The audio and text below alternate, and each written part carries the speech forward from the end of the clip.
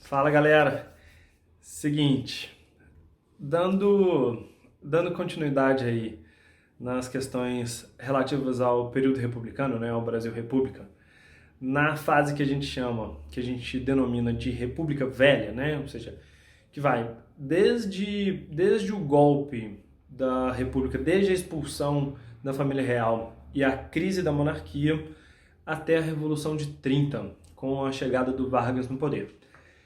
Esse período inteiro, ele vai receber esse nome de República Velha, principalmente por conta do Vargas, né? O Vargas é o responsável por realização dessa alteração dessa nomenclatura, ok?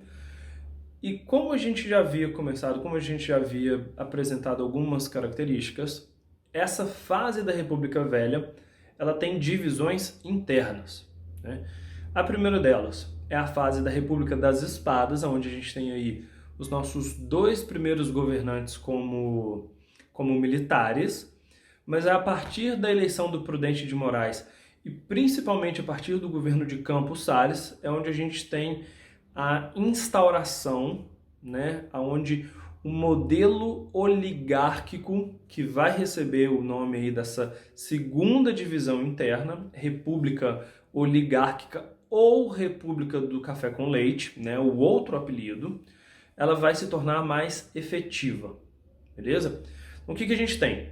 Dentre toda a fase da República Velha, uma subdivisão dos primeiros anos de República das Espadas e o restante dele de República Oligárquica. E quais são essas características e o que marca essa fase da oligarquia? Primeiramente, que vocês entendam que um regime oligárquico, né, que uma política oligárquica, ela tem um significado de uma forma de governo onde poucos controlam o poder, ok?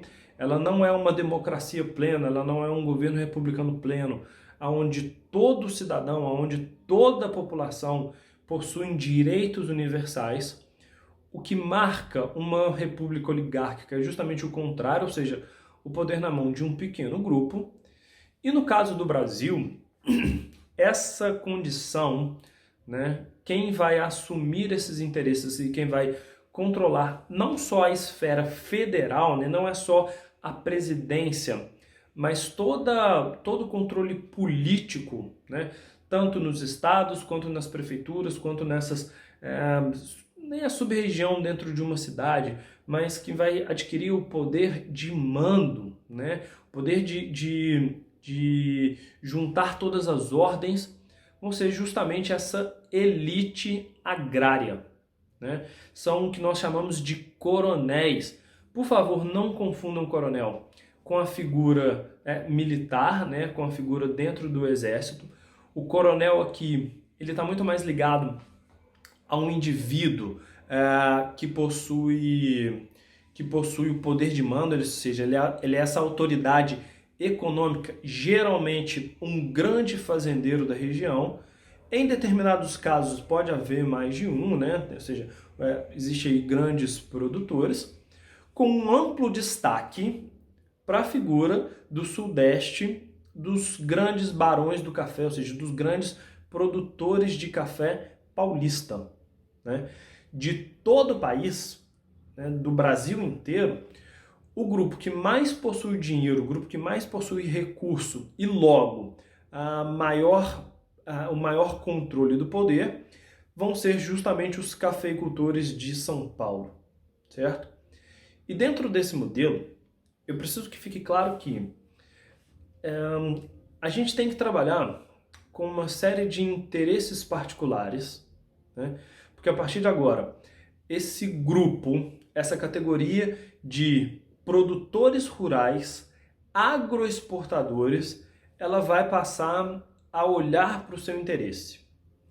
E quando essa elite agrária, ela domina essa política, e ela domina por quê? Já tem vídeo aí, já tem outras explicações dessa mudança da fase republicana e da fase monárquica para a fase republicana, certo? Ela domina porque as regras que vão ser criadas para assumir o poder, para poder votar, para poder ter direito, para poder questionar, para poder dar ordens ou exigir alguma coisa, ela vai ser toda classificada. Por exemplo, somente a população masculina, somente os maiores de 21 anos de idade e somente os alfabetizados. E com essas características, a maior parte da população brasileira fica de fora. Fica sem direito à cidadania, fica sem direito ao voto, fica sem direito de dar a sua opinião. Isso significa que esses grupos que fazem parte dessas condições, homens maiores de 21 anos e alfabetizados, eles já vão fazer a regra do Estado, né, a regra do país, para beneficiarem os seus interesses. Opa, mas aí tem um detalhe, né? Se para votar, se para cobrar, se para exigir, se para controlar o governo precisa precisa ter essas condições, por que essa elite que vai controlar isso tudo, né? Por que não tem mais gente nessas categorias que vão exigir? Porque nesse caso, vai existir, né, vai ser criado um amplo acordo, vai criar um grande modelo de governo em que esses coronéis vão manipular essas eleições, vão controlar os votos do restante dessa população que pode, né, no restante do voto dos alfabetizados, dos homens, dos maiores de idade, para atenderem ao seu jogo e aos seus interesses. E esse voto vai ser legitimado, ou seja, você não pode mais discutir com o que está sendo feito, porque essas pessoas foram eleitas, né? Esses coronéis venceram a eleição. Mas eles conseguem vencer justamente porque tem todo um acordo, tem toda uma manipulação para conseguirem os votos, e uma vez que esse grupo assume o Estado, assume o governo, tudo vai ser feito para beneficiar os coronéis. E aqui tem um detalhe, né? Eu preciso que por hora, para esse primeiro pensamento, para essa primeira noção, fique claro que o grupo de coronéis, o grupo de grandes produtores agrários, eles são bastante diversificados, né? Cada região tem o seu, cada setor agrícola tem a sua necessidade, tem as suas exigências, tem as suas questões, né? A produção de café do Sudeste, de São Paulo, ela é diferente da produção de gado e de produção de leite de Minas Gerais, que é diferente do que os produtores de carne de charque, né, carne de corte do Sul precisam, do que é necessário para os produtores de algodão do Maranhão, por exemplo, do que é necessário para os cultivadores de cana-de-açúcar de Pernambuco, enfim.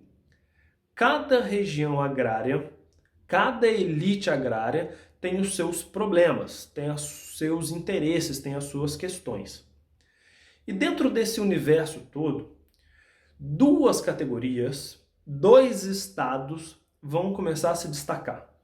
Por quê? Porque são os estados mais populosos, são estados com maior número de votantes, são estados com maior quantidade de coronéis com recurso para bancar isso tudo. E Minas Gerais e São Paulo, né, na verdade São Paulo e Minas, vão começar a manipular não só os votantes do país inteiro, vão começar a controlar não só o Brasil inteiro, mas realizar acordos com esses vários coronéis de diferentes estados para conseguirem assumir o poder. E dentro desse acordo, dentro desse modelo, por mais que ele beneficie o Minas Gerais e por mais que beneficie São Paulo, todas essas elites, todos esses coronéis, eles acabam sendo diretamente beneficiados por isso. Uma regra que é feita para o estado de São Paulo, pensando nos cafeicultores, ela facilita a vida de um produtor de cana-de-açúcar do Nordeste. Uma lei ou uma medida que é feita pelos mineiros, pelo produtor de leite, pelo produtor de gado de Minas Gerais, ela vai acabar beneficiando os criadores do Sul.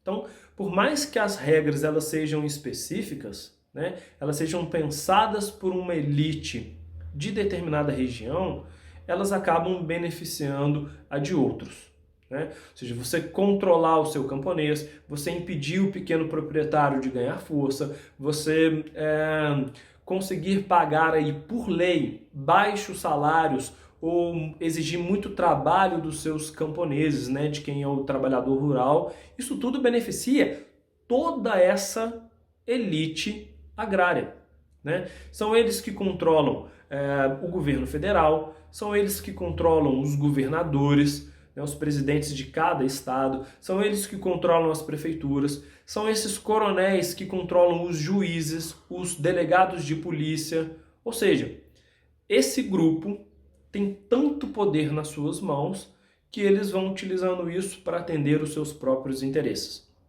O nome que a gente dá para esse grande acordo, já que Minas e São Paulo se destacam e por isso o café com leite, né, o nome que é feito para essa condição vai ser chamado aí de política dos governadores ou coronelismo, né? São uma série de trocas de favor por voto. Só que nesse caso, o presidente que vai ser eleito, ou seja, o candidato, o cara que ainda vai chegar à presidência, ele vai fazendo uma série de acordos com os governadores do estado em troca de favor. O presidente entrega para aqueles governadores o que eles precisam, uma lei, uma obra de infraestrutura, um ministério, um departamento, enfim, né? O presidente eleito troca favor com o governador, esse governador agora troca favor com os coronéis, ou seja, com os grandes fazendeiros de cada região, para elegerem aquele presidente. Então, os fazendeiros de cada município, de cada regiãozinha, vão trocando favores pessoais, um emprego, uma vaga na escola, cadeira de roda, saco de cimento, alimento, favor, enfim. Vão trocando recursos para garantirem os votos da população para que aquele presidente seja eleito e uma vez que esse presidente assume o governo, todos esses coronéis recebem os benefícios. Isso significa que o poder controlado por um pequeno grupo que pensa no seu próprio interesse, certo? Política dos governadores, ou seja, essa troca de favor, troca de recurso, troca de benefício pelo voto. O papel central dos coronéis como os mais importantes nessa política, porque são eles que conseguem o voto popular, né? São eles que se beneficiam disso tudo. E, por fim das contas, a superioridade das elites paulistas e mineiras controlando, né, e alternando as indicações para presidente. Ora, uma eleição os paulistas indicam, na outra eleição, no ano seguinte, né, na eleição seguinte, os mineiros indicam. Lembrando que indicar por São Paulo e Minas não necessariamente significa que os presidentes têm que ser paulistas ou mineiros. Eles podem ser de outras regiões, dependendo do acordo, mas precisam ser indicados alternadamente entre essas duas. Beleza? Daqui a pouco já tem aí mais um pouquinho sobre como é que a economia agrária funciona dentro desse quadro. Valeu, abraço!